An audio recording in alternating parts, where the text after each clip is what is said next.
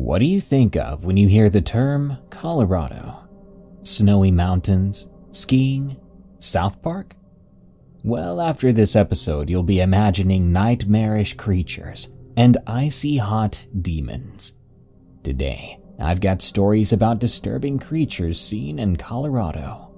If you have a scary story, share it with us at darkstories.org to possibly have it narrated. I'm looking for camping, hiking, rock climbing, anything outdoors kind of stories. And be sure to follow this podcast and my Freaky Folklore podcast hosted by Carmen Garian at eeriecast.com, Spotify, or iTunes. Now, let's begin. Warning: the following story contains graphic depictions of dead animals. What I experienced on the Colorado back road. From Make 33. This story took place a few months back. I was 17 at the time. During the Rona outbreak, I was very limited to where I could and could not go. Although there were strict rules set in place by my parents, I seldom acknowledged what they asked of me to begin with. Looking back, I realized how irresponsible I was, and I chalk it up to my immaturity. Since I've turned 18, I've made the best effort to put my childlike tendencies behind me and start behaving like a mature young adult. Regardless, this story took place a while before I turned 18. Though the incident happened a few months back, it continues to replay in my head and appears as fresh as ever to this day. I don't think I'll ever completely know what happened that night. Beginning my story, it was around 1 in the morning. Just like the rest of the states, Colorado was dealing with Rona, and no one was really allowed to mingle with others at this point in time. Regardless, I really didn't have anyone to mingle with. I was homeschooled, after all, living in an isolated spot. I wouldn't have it any other way either. I enjoy spending time alone, contemplating life and its meaning. I have a close group of friends I've remained in contact with throughout Rona, and those are the friends that have been with me for a long time. I consider them family. I missed the amount of time we'd spend together, as a group and individually. I especially recall our love of hiking and exploration, the sense that there is stuff out there, good and bad. We all felt like it was our job to find it, record it, and remember it. At one point in life, the memories you keep will once again remind you of the golden days of your life. We figured it might be best to get as many memories and experiences as possible. But I never anticipated something as bizarre as this to happen. Additionally, although my friends weren't with me because of the lockdowns, I've made sure they were fully aware of every specific detail as to what happened. I was extremely bored during these times and resorted to taking my mind off of boredom by going for drives. I would usually spend 2 to 3 hours a day driving around aimlessly, exploring back roads and stopping every so often on trails to hike. Eventually, I discovered the exhilaration of sneaking out at night to go for a drive.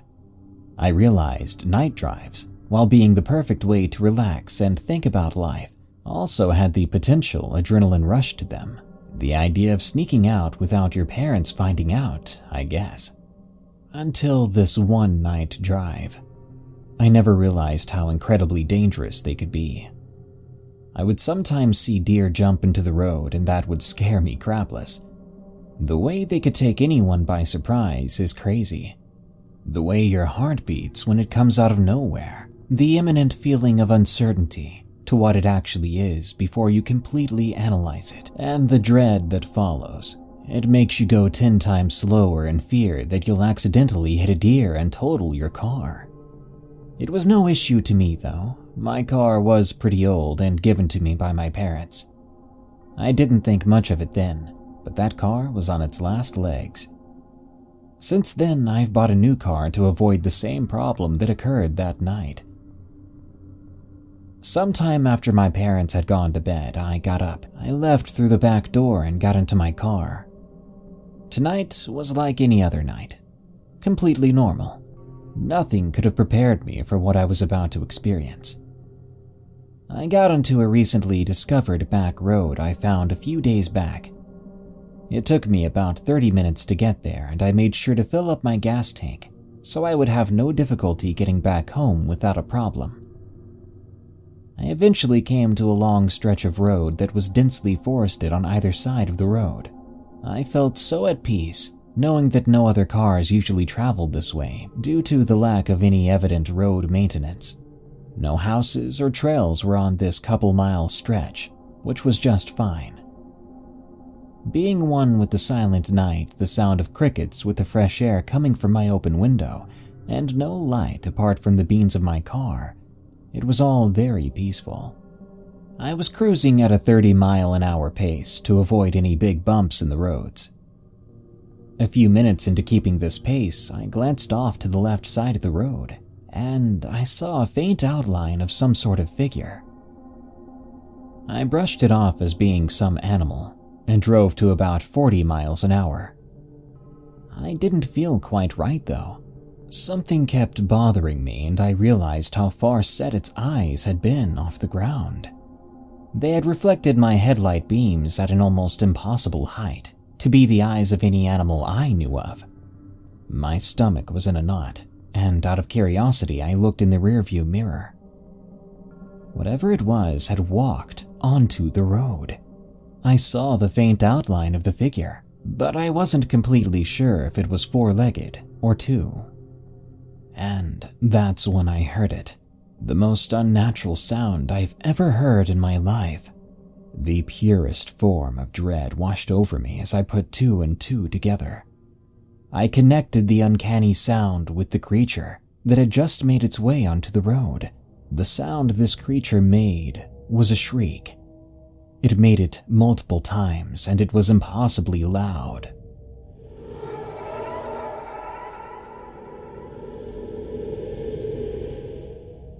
My best attempt to describe it would be to compare it to the sound that metal makes when scraping against metal, except 1,000 times more chilling. It was as if it wanted my attention. My heart began to pound. I slowed the car down to a halt. It stood there yards behind me, eyes reflecting the moon. As scared as I was, I became even more desperate in finding out what this thing was. It stood in the same position, eyes not moving. I sat there for a moment, waiting.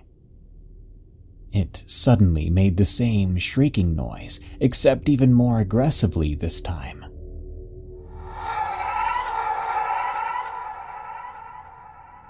That's when I drove off. I redlined the car, and as I did, I dreaded the idea of my car breaking down. Thankfully, it didn't. However, as I began to drive off, whatever it was appeared to head back into the forest. After a few minutes of driving, I was intent on making it back to civilization. From what I remembered, I think I had another 8 miles to go, give or take, before getting onto a main road. I was driving at 50 miles an hour now, and paid no attention to any bumps in the road. My sole focus was getting the heck out of Dodge. After a few minutes of driving, I heard the shriek again. Distant, but it sent a shiver down my spine nonetheless. I kept driving, and I began to approach something on the road. Whatever it was in a heap. Then I saw it was a deer. At first, I thought it was dead, but then I realized it was twitching as I slowed down to avoid running it over. It was in the middle of the road, so I had to drive to the side. As my car approached it, I saw that its ribcage had been torn open and spread apart. Its innards spilled about on the road. This wasn't roadkill. Something had mauled it. As I drove onto the shoulder, I got caught in a ditch. For a split second, I thought I was screwed. Thankfully, my tires caught onto the pavement once again, and I was in the clear. Just a moment after getting past that deer, something ran onto the road. I'm not sure what it was, but I knew it was two-legged, based on the way it ran. I wasn't yet far enough away to be unable to distinguish how this creature looked. I got a glimpse of it in my mirror. It was a very tall, lanky figure. I saw its eyes wide open, yet there appeared to be no mouth. It shrieked once again. That's when its mouth opened. A hole of darkness emerged, so big I was stunned.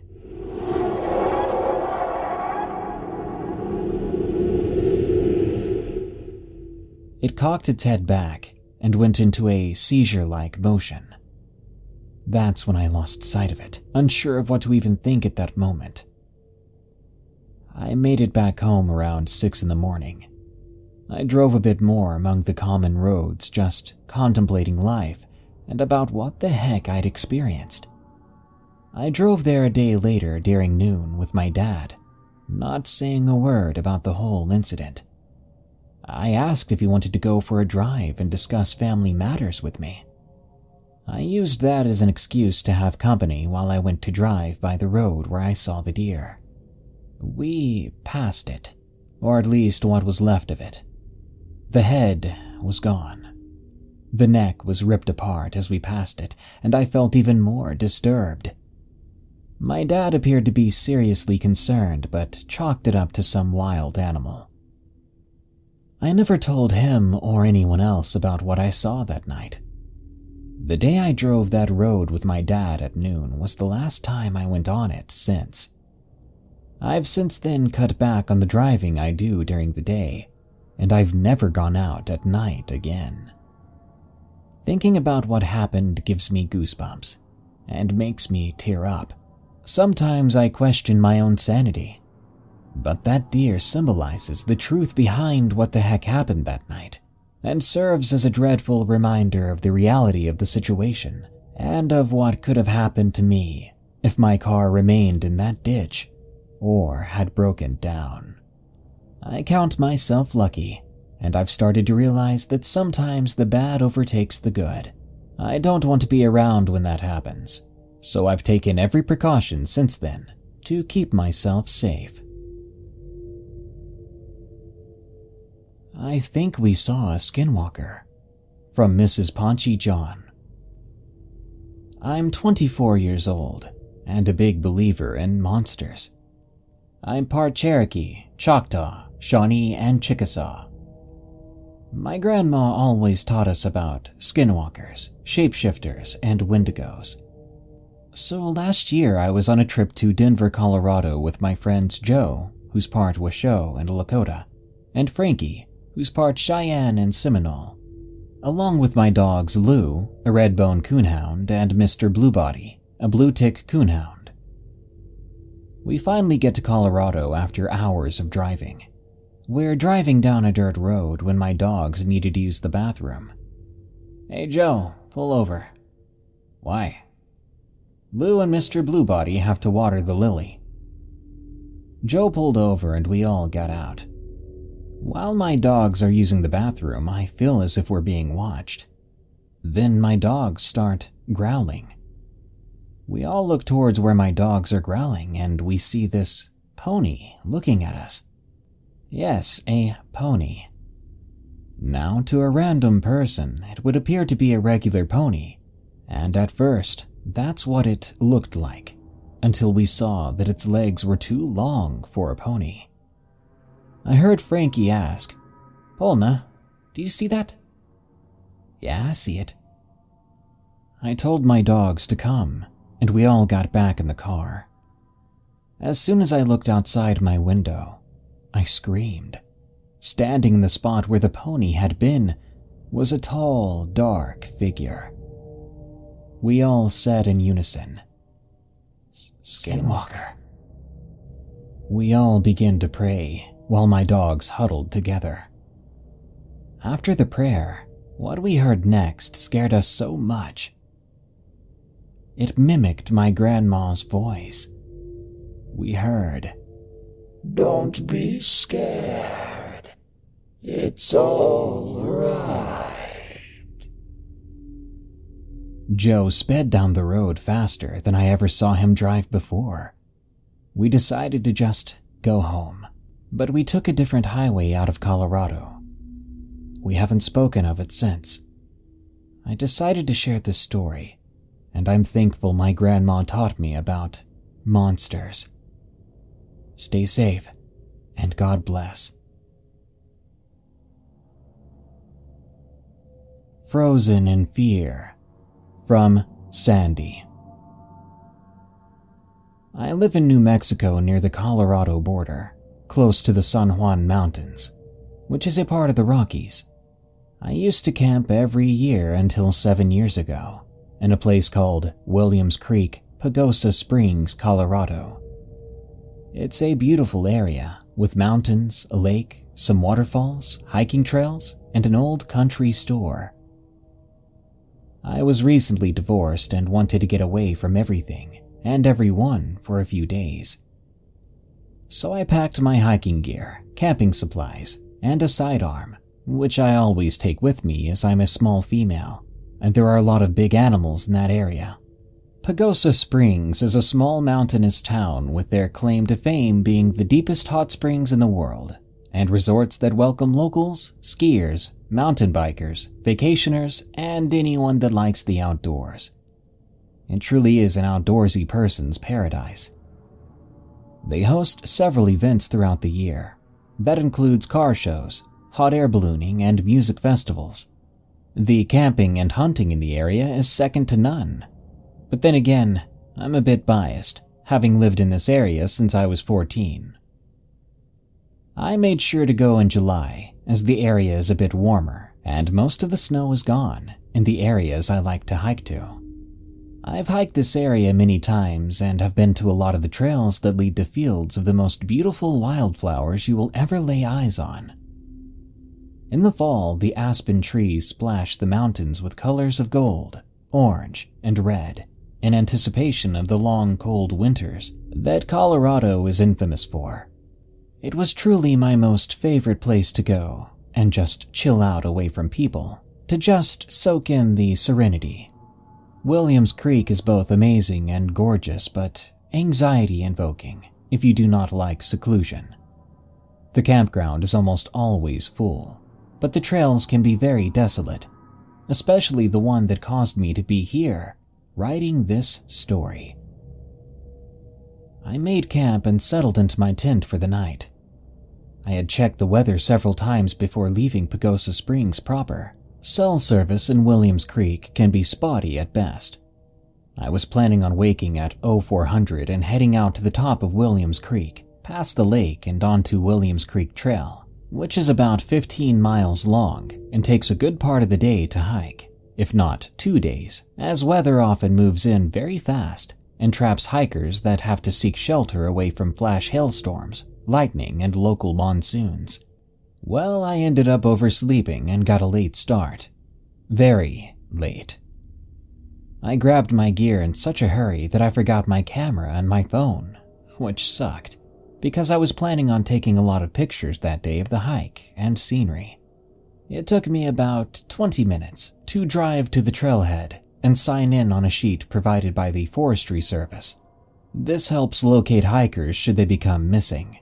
It has a place for your name and destination, as well as days anticipated for your hike and the time you got started.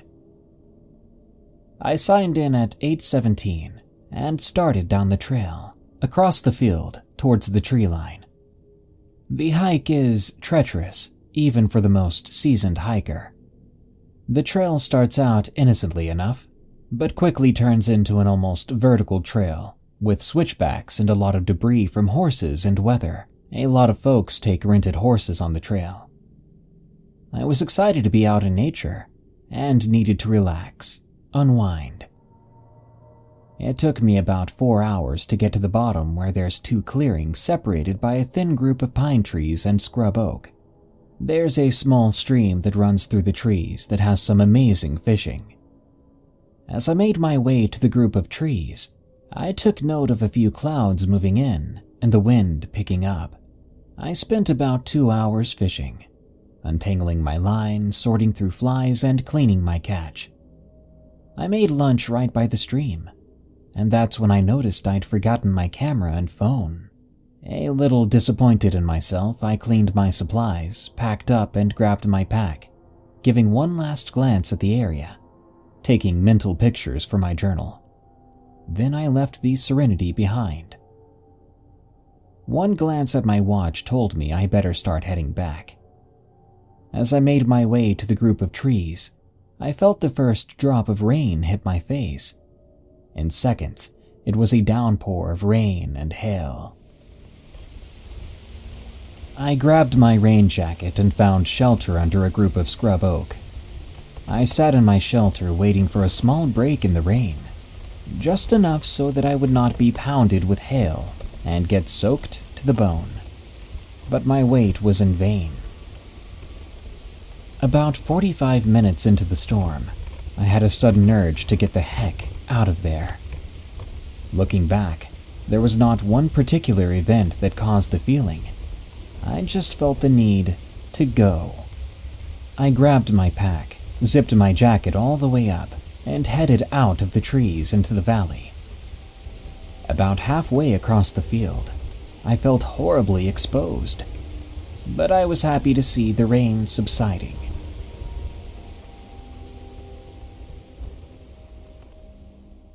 I stopped to admire the view and check my watch again. Realizing it would be dark by the time I got back to my truck, I decided to pick up the pace. I reached for my pack and straight away noticed it was dead silent. No dripping rain, no animals, no crickets. Dead silent.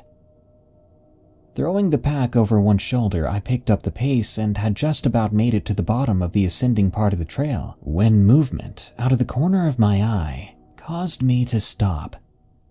Coming towards me at full speed was a mountain lion. I froze. I wanted to run, but I knew better. In my hunting classes, they had told us to stand your ground and make as much noise as possible. I couldn't think. I couldn't run. All I could do was stand there and wait for my bloody end. The cat came within about 40 yards from me before veering off to the right and heading towards the fence line that stretches across the base of the mountain. As the cat disappeared, I turned to resume my pace and stopped dead in my tracks again. I was thinking, what could have caused that cat to run like that? And it's a question I wished to this day I had never asked. As if on cue and reading my thoughts, just outside the tree line of the very group of trees I'd taken shelter under, was a creature that was about 7 to 7.5 feet tall. It had the body of a man, the legs of a deer, and the face was a mess of teeth, hair, and grotesque wrinkled skin, the color of a rotting corpse. I froze where I stood. My feet felt as if they had been cemented to the earth, and I could not form one rational thought. I forgot I had a gun, but I couldn't even lift my arm to check the time. Several minutes had to pass because my next memory was the cat standing in the tree line, safely on the other side. It let out a scream that sounded like an animal being murdered. I snapped out of my trance and realized it was time to make haste. I dropped my pack and ran as fast as I could to clear the rest of that field. At the bottom of the mountain, there's a fence you must climb over to get to the trail. I jumped over the fence and kept on running, never looking back because I was so scared that thing would be right behind me. I was crying and screaming for help. About halfway up the mountain, and at dusk, I ran into 4 guys on horses that had just turned back to start toward their trucks. I told them that I'd gotten caught in the storm and had lost my pack. I didn't mention what I saw. I didn't want them to think I was crazy. 2 of the men headed down the mountain, while the other 2 put me on a horse and took me to my truck. I wanted to tell them so badly what I'd seen, but I was scared that somehow my mind had made it up, and it didn't really happen. A couple of hours later, I was safe in my truck, and that's where I slept that night. As soon as dawn broke, I tore camp down, packed up, and met the guys at the little country store to retrieve my pack. As I thanked the men for going to get my pack, they stated that they nearly didn't make it there because they kept hearing howling and noises in the bushes all the way down the mountain. Their horses had refused to go any further, and if they hadn't found my pack when they did, I would have lost it forever. I thanked them and got in my truck. As I was backing out of the dirt lot, one of the men approached the window and made a gesture to roll it down. I did as he asked.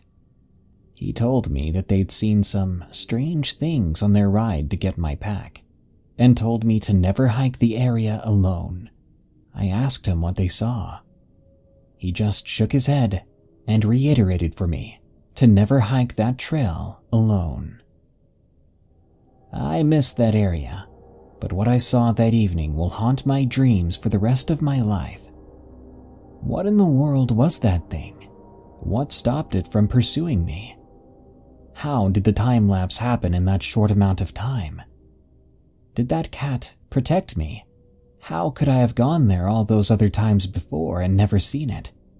And how am I still alive? Don't get me wrong. I'm very grateful, but I'd still like to know what I saw that night.